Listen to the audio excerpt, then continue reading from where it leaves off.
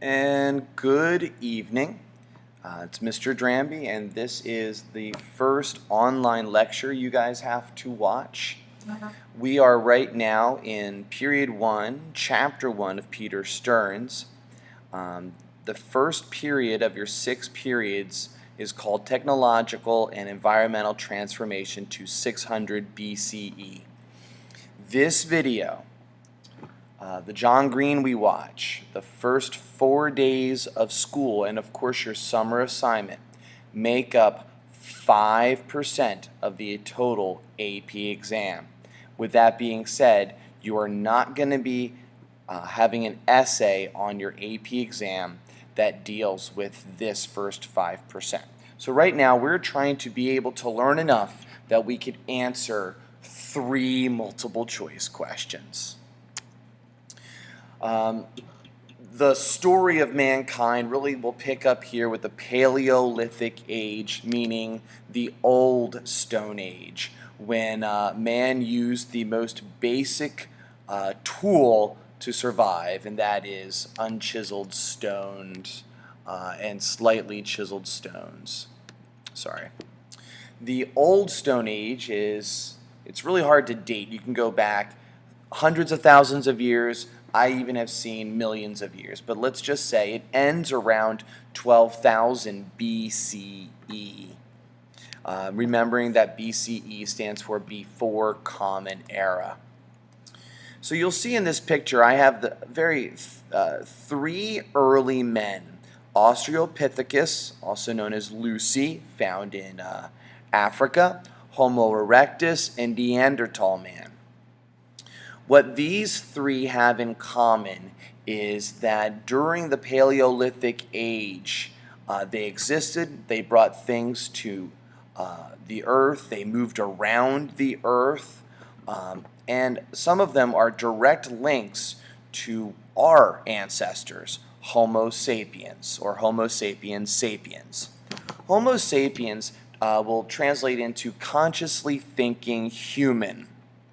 Now that makes it sound like these other people weren't consciously making choices about, hey, let's have a fire, or let's live in a cave to shelter us. They consciously thought as well, but not to the extent that we do. They don't have the brain capacity that we do. Some great achievements of the Paleolithic age is, well, number 1, they moved around the world.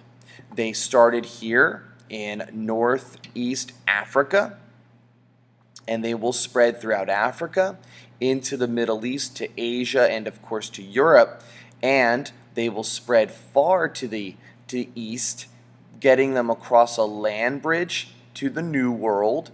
That's what we call it, of course, and down into Southeast Asia, Indonesia, and eventually Australia. They even took by boat to some of the earliest islands, and some of the islands we'll be talking about this year. A couple other pros of the Paleolithic age, what they brought, who they were. Well, they spread around the world. They were egalitarian with their kinship and clans. They shared everything. They were generally just equal with each other. They helped each other survive. There wasn't this capitalistic market economy competition that you see today. Women and men were largely equal. This is the era of nomadic hunters and gatherers, where men went and sought out some food while women sat at home and also sought out some food.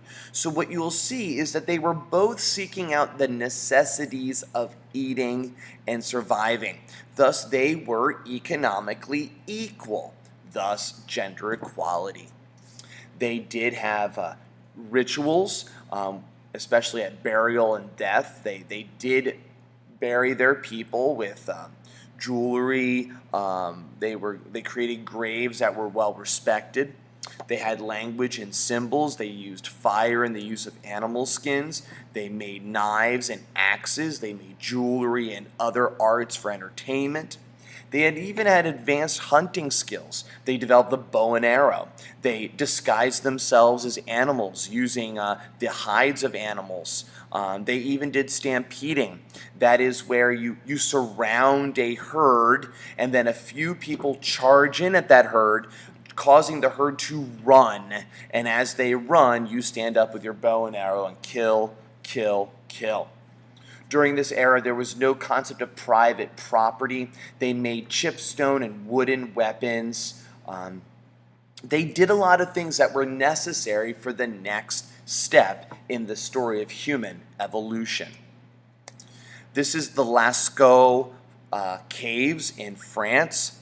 You'll see a walkway right here, and you could see that they chose to go into the sides of caves around the world and entertain themselves with art.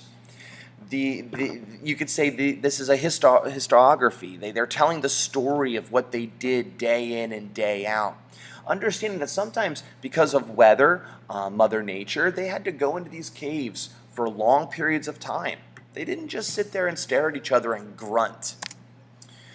You see right here, for those who have ever seen the movie The Croods, this is kind of where The Croods gets that little clip at the beginning of the movie.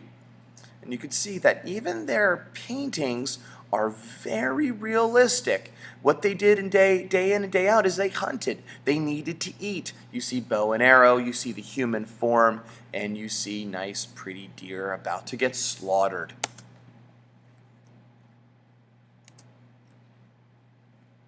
Now, a kind of a big jump is to the Venuses that emerged around the world. The Venus concept is etching a stone in the form of a woman. And a lot of the forms of women were, if you will, were voluptuous because of what women brought to humans. They brought to man. What they brought was the ability to bear children.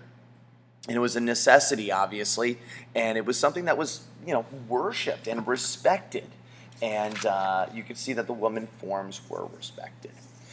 You have huge curves. Women during this era and men were typically monogamous. They did love and lust each other. And moving on. Now, we have the era we call the Neolithic Age. The Neolithic Age, as you've watched in Guns, Germs, and Steel, comes around that 12,000, 10,000, 8,000 BCE time when man is settling down, as Jared Diamond called, because of geographic luck. So that's what Neolithic Age means. It means New Stone Age. This is before the era of bronze. The era, of course, of iron, and then, of course, today, steel. So the New Stone Age, which is approximately 8,000 to 5,000 BCE. This is when man decides to settle.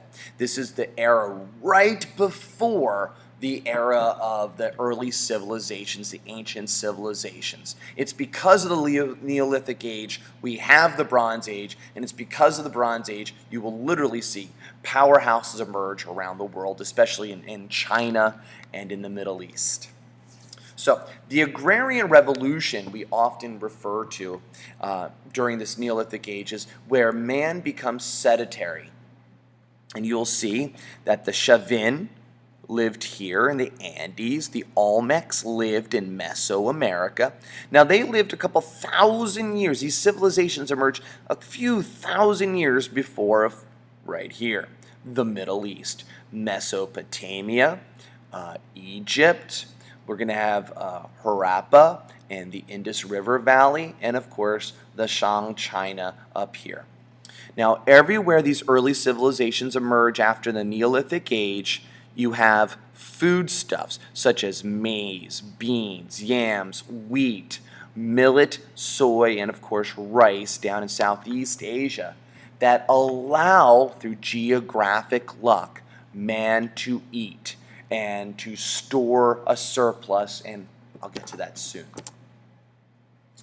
This is possibly the epitome of early man. The agrarian revolution, the Neolithic Age, is the Fertile Crescent, where this region from the Persian Gulf through the Tigris and Euphrates down the Mediterranean Sea into the Nile River Valley. This crescent shape was so fertile that not only can man survive, but man can flourish, and cities can be built, and civilizations and empires can emerge. So how do you build a civilization? How do we go from hunters and gatherers during the Paleolithic age and then into the Neolithic age into a true civilization? Well, here's your step-by-step process. You go from hunting and gathering as men and women in small groups gain enough food to survive. They gained food, they were relatively equal, men and women. There wasn't a hierarchy, and they did entertain themselves when they weren't hunting and gathering. After a while, you realize, wouldn't it be nice if we had some food and hides that we travel with? This is the concept of domestication, where these groups have small animals that travel with them. They use it for milk, they use it for food. You follow the animals. As people follow the animals and they move place to place, they start to realize it would be easier if they kept their animals in one spot, having them graze, and that one spot be an area that can support both animals and man. This is called agriculture. As these groups and their animals choose to farm because it takes less calories and reaps more calories to actually farm. They then build towns or settlements. They find the best water sources, be it a stream, be it a river, be it the side of the sea. Then they gain what's called a surplus.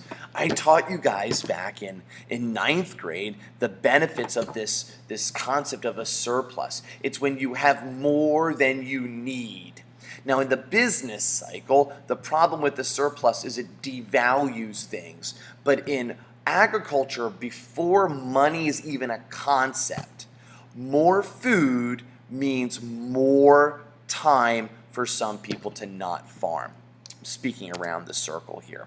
People can now specialize in labor. Not everybody needs to farm. You could start taking the surplus and going to other settlements and sharing your surplus with them and gaining some of their surplus. We call this trade. We call this bartering. And soon you're going to see the need for money. Soon you're going to need the need for writing such as cuneiform to keep track of these transactions. Finally, after you specialize in labor, and some people are in government, after you specialize, and some people are in religion, you truly have firm institutions emerge, and a true hierarchy and a bureaucracy that emerge that don't just last as long as the personality of a person, but last generations, even millennia. That's what we mean by institutions. Government is an institution. The church is an institution. Passed on, it's bigger than the man. It's bigger than the individual. Chateau Haïk is an example of an early settlement. It's hard to call it a civilization because it wasn't part of any specific civilization that we would consider. Now, it's found in Turkey. Chateau Haïk, if I'm pronouncing it right, was found near a river. They had enough foodstuffs because they grew wheat and barley. That's Jared Diamond and geographic luck. It's right before the Neolithic age and the Bronze Age, probably around 7,000, 6,000 BCE. Chateau Haïk had approximately 5,000 to 8,000 people living there. And using the stone tools that they had and using mud, brick, and plaster, they built a settlement that didn't just go out, it also went up. There weren't no walkways here. You entered the roofs, thus the walkways, through ceiling doors. You'd go up, and this is how you would walk through the settlement. There is not a lot of evidence of classes. Everybody seemingly lived in a very similar abode, but this is on the cusp of civilizations where you would probably start to see in other places soon people having different quality of living conditions. There's evidence in Çatalhöyük of regional trade because some of the items found were not native. They also had time because they decorated their walls and they made pottery, and they seemed to enjoy where they lived, not just lived day to day. Jericho is another early settlement found in the Middle East. And there are some downsides to the Neolithic age. There's downsides to farming. Something that you wouldn't think of, oh, farming's better than just walking around with a loincloth around your wherever. Here it is. Number one, the Neolithic age will quickly bring about social stratification. Those in charge will dictate to those who are forced often to follow. This is right before early civilizations in Mesopotamia and such. There will be gender equality, where men seemingly have a more important role in the day-to-day actions between government, religion, food, and local politics. War and invasions occur. One settlement will fight another settlement, take over that other settlement, try to destroy that other settlement. Do understand, during the Paleolithic age, hunters and gatherers, of course, fought each other, but it was more typical for them just to seek out a new place off on the periphery to survive than to desire to fight. During this Neolithic age, there's going to be environmental damages. The environment is shifted to bend to the whim of man. Irrigation and sewage and the topsoil will erode, and we can go more and more.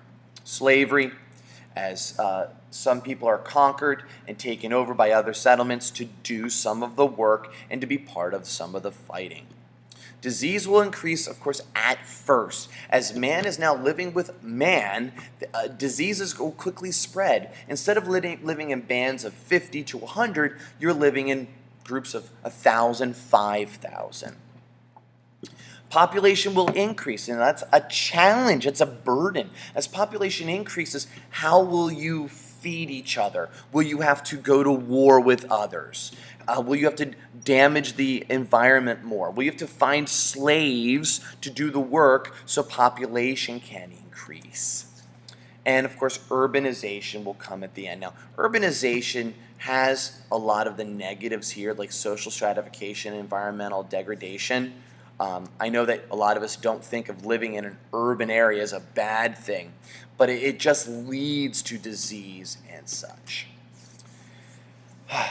So, just to end this off, man starts to dictate to man during the the post-Neolithic age into early civilizations through the codification of law.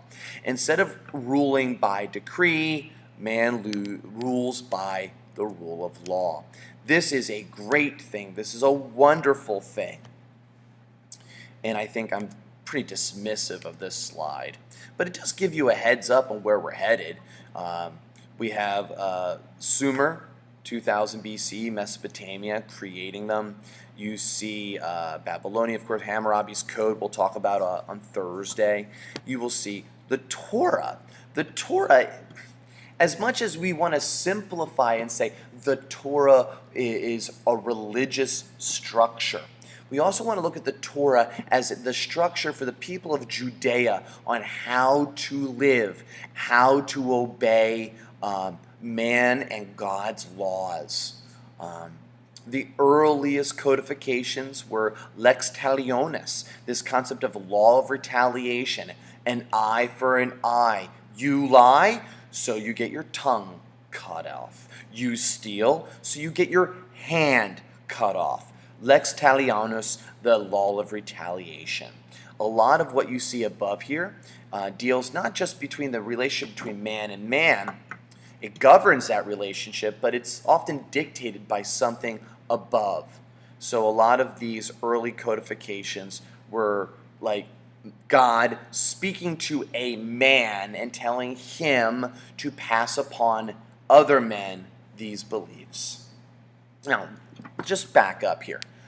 We went, I'm going to hit escape, from codification to the pros and cons of the Neolithic age, how to build a civilization, to the pros of the Paleolithic age. You should be able to write some similarities and differences on the Paleo and Neolithic age. You should also be able to kind of timeline your thoughts from 10,000 BCE to approximately 4,000 BCE. Make sure you use your J. Harmon crash course to read more about this, and of course read and reread Chapter 1 of Peter Stearns. John Green has like 4 or 5 episodes on this topic.